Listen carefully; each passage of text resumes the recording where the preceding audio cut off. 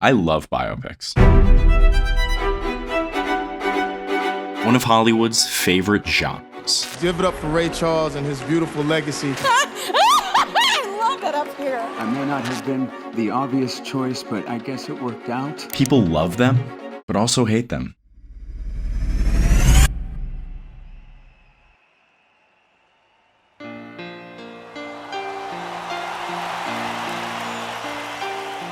So why is a genre faced with so much criticism so popular? Why do people keep watching them? And why are we obsessed with them? So I first had the idea to talk about biopics a couple weeks ago when I saw the Maestro trailer for the first time. That kind of movie just has my name written all over it. It has Bradley Cooper after A Star Is Born, Josh Singer, who I just love his movies. I love West Side Story. Leonard Bernstein did West Side Story. I don't even know that much about him. I'm just so excited. And my excitement honestly kind of weirded me out because I was just like, why am I excited for a movie like this? What is it that gets me so excited? So I opened my letterbox.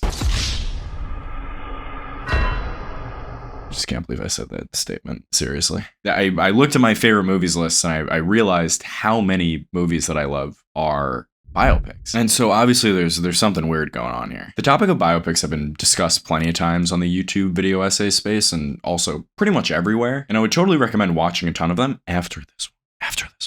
Watch this one first. But the one thing about them is I felt that they were all kind of from the same perspective, which is that biopics are bad. And I totally get it. There are a lot of not great biopics out there, but there are also a lot of good ones. I think the popular critique that biopics are in some cases formulaic and disrespectful to their subjects are true.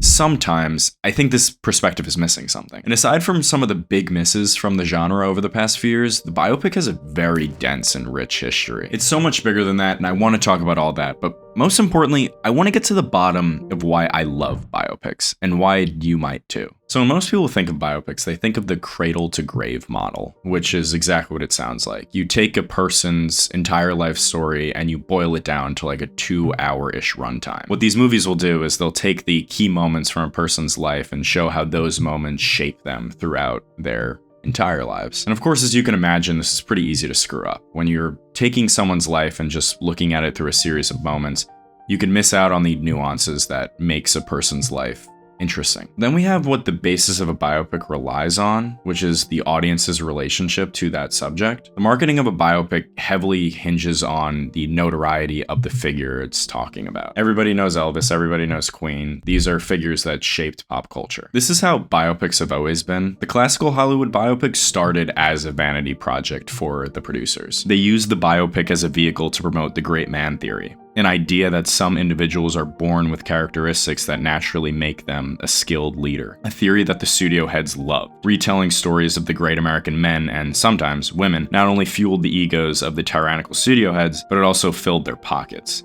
The biopic was an easy vehicle for the studio's stars to portray history's heroes. The immediate success of films like The White Angel, Young Mr. Lincoln, and Gentleman Jim kept the studio system afloat, and its executives in charge. Though the studio system isn't around today, the world kind of at large has dismissed this idea of the great man theory. However, the biopic has remained so successful because it is a star vehicle. One of the most hated biopics of recent years is The Theory of Everything, a movie starring Eddie Redmayne as Stephen Hawking. This is one of those Oscar bait cases where you have a very notable figure in Stephen Hawking and a rising star in Eddie Redmayne. Those two things alone are enough to get audiences in a theater, but the audience should also expect to see how Eddie Redmayne imitates and embodies Hawking's struggle with ALS. This idea of imitating a famous musician, a politician, or sometimes an old Hollywood icon is enough to generate you award buzz. The one overarching criticism of this is that original performances don't get as much praise as these biopic performances. I have some statistics for you. 38% of the performance nominees from 2010 to 2022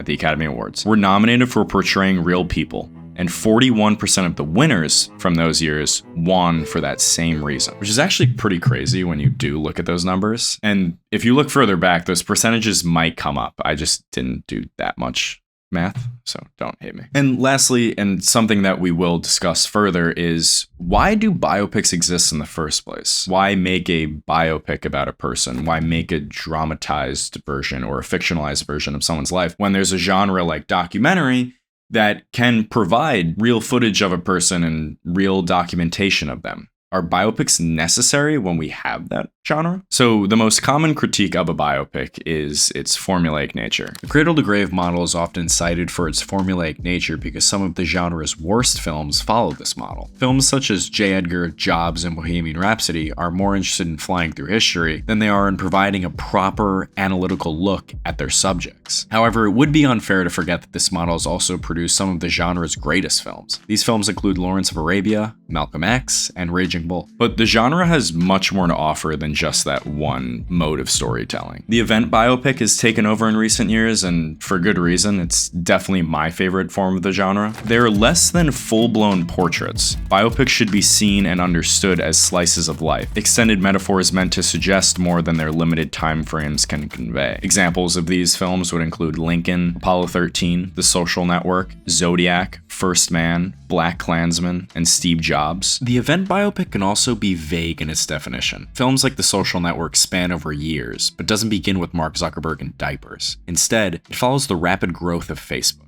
from its inception to the lawsuit between its two co-founders. Instead of being a glamorized version of Mark Zuckerberg's Silicon Valley takeover, it's simply a story of how greed and insecurity destroyed a friendship. Of course, featuring one of the best endings of the 21st century, not even its creator is immune to the anxiety that comes with sending that risky DM. Another movie is Steve Jobs. It's framed as a play, taking place at 3 events over the span of Jobs' life. Rather than speedrunning through Steve's life like Jobs does, Sorkin brings all the major characters to these events, and through these fictionalized encounters, you get a look at how ego can be the ultimate destruction of self. Elliot Roberts created a fantastic video essay comparing the two films.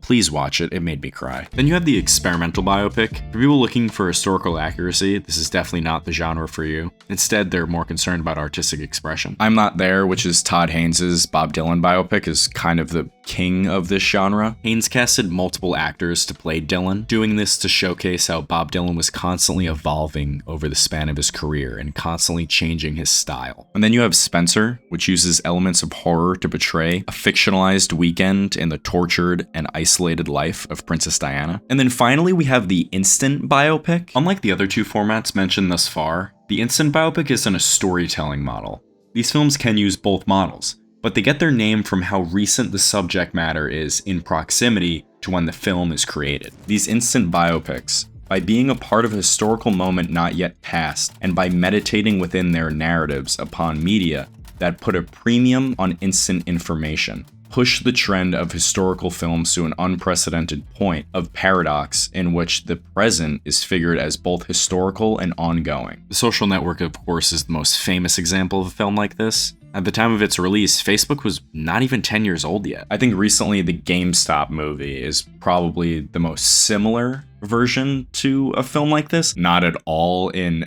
quality, but as a result of that whole debacle happening only 2-3 years ago at this point, Zuckerberg's network illuminates the paradoxes of instant representation as it instantly broadcasts social relationships and encourages friendship to be experienced at the same paradoxical distance and proximity television and the internet have afforded war. We now live in a time where information is always accessible and in constant demand. Films such as these are strange because they're stories that are desired, but also probably see the most consequences in terms of its subject matter. Of course, we know that The Social Network does take liberties in some areas, and whether or not you have sympathy for Mark Zuckerberg is a totally different conversation. But the famed problem of the disrespect that a biopic can do to its subject is the most prevalent here. Of course, we don't know the full extent of Zuckerberg's relationship with The Social Network. He has like billions of dollars. I'm sure it doesn't really matter to him, but he did say this: "I just wish that nobody made a movie of me while I was still alive." Now, speaking of The Social Network, Jesse Eisenberg was one of those actors who was nominated for portraying a real person at the Oscars over the past decade. His quick-witted, snarky, and pompous demeanor is often associated with his character's real-life counterpart. I am not a lizard,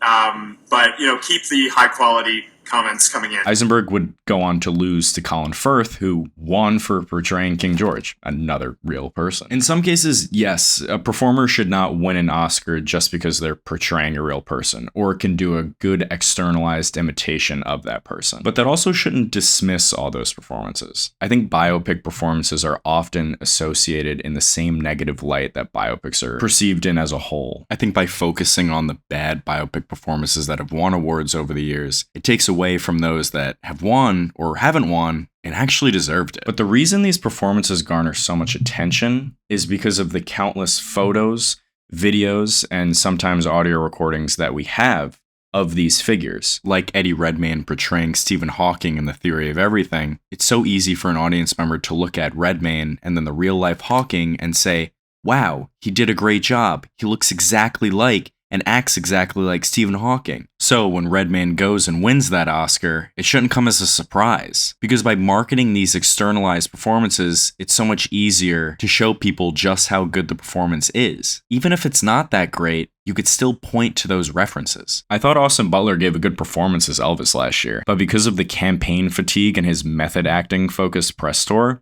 about how he literally became Elvis and screwed up his voice. Am I being phony? Is this not my voice? By the time the Oscars came around, nobody really cared. Now with Priscilla's recent success, people are making fun of Austin Butler because of Jacob Elordi's seemingly effortless performance as Elvis. No, the most I knew of Elvis was in Lilo and Stitch. I'd walk down the beach for hours with a headphone in, laughing as Elvis. And I read the lines for like 15 minutes and then shot 2 takes and not thinking that it would go anywhere. I'm pretty sure my voice for that was like this.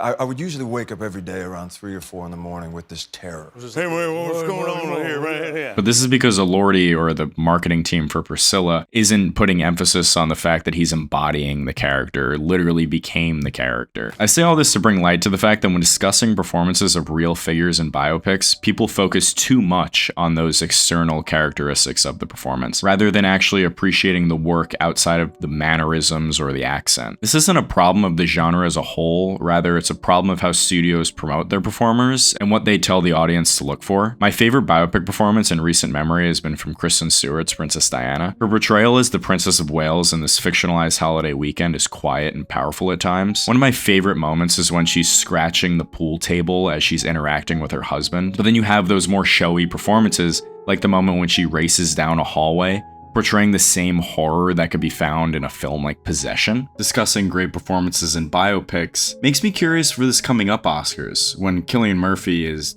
certainly nominated and will likely win the Best Actor award for portraying J. Robert Oppenheimer. There's no denying that he gives a wonderful performance. My question is will people criticize his win because he's portraying a real person? The answer is most likely not, because people love Oppenheimer. It's a great film, but I think Oppenheimer reveals the hypocrisy in audiences. So can we hate a genre when it's only at its worst, and love it and forget about its flaws when it's at its best? Well, yes, of course we can. We as consumers become conscious of formulas and can recognize when they stop working. Oppenheimer has an artistic voice, and with strong studio backing, a massive cast and director, it delivered on its mission. Of course it did. Oppenheimer is a testament to the biopic as a whole, because while people may complain about them, when they're great, they're great. People are growing tired of superhero movies because we as audiences can see the quality dip. But if the new Fantastic Four reboot is compared to Citizen Kane, the box office might actually... Now, I'm traditionally not a fan of formulaic films, I'm way too pretentious for that. But there is some value to be had in films that are packaged for large audiences. One key trait that people forget about the biopic is that by packaging a watered-down story for general audiences, it opens the doors to stories that rarely get that mainstream attention. Films such as Hidden Figures, which tells the story of the women at NASA who helped send the first man into orbit, or Milk, a movie about the first openly gay person to be elected to political office in California. These films tell the story of historical figures who are not taught in history classes. I know you have all been taught about John Glenn, that man who went into space, but I'm sure you didn't know about these women that worked at NASA. Hidden Figures can tell that story. Now, both of these films may suffer from the cliches that biopics are often criticized for. But now that you've been exposed to these stories, you can go off and do other research on your own. This is what those films encourages audiences to do. Because sometimes being a little formulaic can be a good thing, because ultimately just being out in the world means so much to spreading those stories. Could documentaries have provided better portraits of these subjects? Well, maybe, but that's not always the case. If you're looking for objectivity and truth in filmmaking, you'll never find it. While documentaries aim to provide truth, you can't lean on one to provide an objective truth, because ultimately filmmaking is a subjective art form, as is all art forms. Documentaries may have the opportunity to capture many perspectives via its popular interview-based format. However, filmmaking is a manipulative medium. Through editing, it can choose whether or not to withhold information from its audience. Now, let it be known, this is not a hit on documentaries. Documentaries are brilliant and they hold a very special place in my heart. However, this is just a discourse I commonly see about biopics that I think is worth showing the other side of. Documentaries can be just as overproduced as biopics. There are plenty of documentaries that have its subjects attached to them as producers, which then give them absolute control over what to show its audiences. You're not guaranteed a full look behind the curtain. A biopic gives you the false illusion of that with its dramatized portrayal of its subjects. Of course, there are exceptions to both of these things, but I don't think one necessarily reigns supreme over the other. But the question isn't whether biopics are good or bad. I think it's important context to the ultimate question that I'm interested in, which is why are people still watching them? It's so critiqued, this isn't that, they make so much money, okay?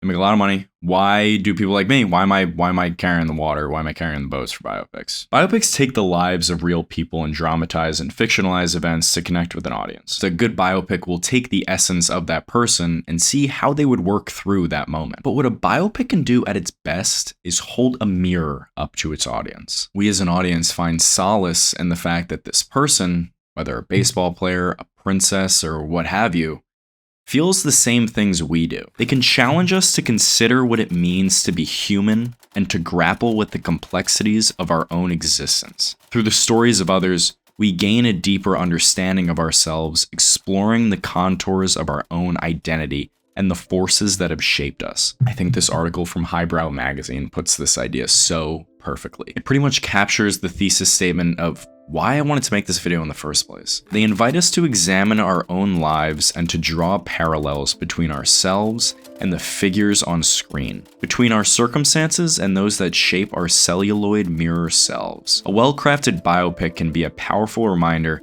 that even the most extraordinary lives, at their core, are a tapestry of ordinary moments. A biopic that holds a special place in my heart is Damien Chazelle's First Man. Of course, I was upset that my favorite filmmaker got to the story that I've always wanted to put on screen before me, but of course I was also thrilled that if the story did end up in anyone else's hands, it would be his. One of my earliest pipe dreams when I was like 10 years old was to become an astronaut. I always was fascinated by the idea of space and space travel and space exploration. Now in hindsight, it was horrible spending on the government's part, but the idea of exploring the vast emptiness that is space and beyond was just always so cool to me. Now, math and science was never really my strong suit, and I knew that as a 10-year-old that I was probably never going to be an astronaut. But what I was able to do was explore the history of the subject and live through those stories. What Chazelle was able to do was take that story and put it on a screen for modern audiences. Because of the lack of technology in the 1960s, we couldn't take an IMAX camera onto the moon. Sure, we had that Kubrick short film showing Neil Armstrong taking his first steps on the moon, but Chazelle literally brought audiences onto the moon, which is pretty freaking cool. That's what movie making does. The problem of fact versus fiction in biopics are important to talk about. But what biopics can do is provide a truth that no other genre of filmmaking can. If I were to finally put into words what it is I do love about biopics, it would be that search for truth. Although filmmaking can never truly offer you an objective look at something, the sheer comfort of knowing that someone I greatly admire laughs, cries, and loves makes me believe that nothing is unique. That might be terrifying for some people to hear, but when life has its hardest moments, it's hard to imagine light at the end of the tunnel. But biopics can show you what's on the other side, because that person you care so greatly about made it. Our culture has always been obsessed with celebrity and status for as long as we've had stories to tell. Even before biopics, we were told the stories of heroes that lived long before us and helped shape our world. Biopics help demystify the people that we admire. Through these stories, we can see that we're not so different after all. And really, we're just all human.